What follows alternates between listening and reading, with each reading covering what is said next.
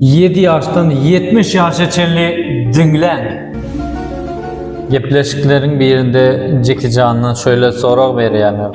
Jackie, sen durmuşundan razıymy? Ol şeýle jogap berýär.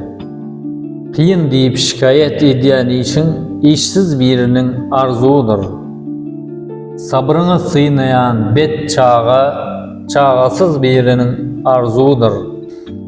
Öğrenkiçi deyip fikir edýän öýüňiz öýsüz birinin arzuudur. Az deyip alada edýän ýygnan puluňuz berge batýan birinin arzuudur.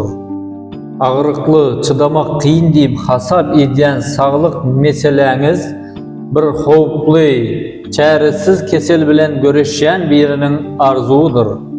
Sende bar bolan rahatlygyň, lezzetin, arassa ukyň, ansatlyk bilen tapylýan iýmetiň, uruşdan jebir çekýän ýurdun adamlarynyň arzuudur.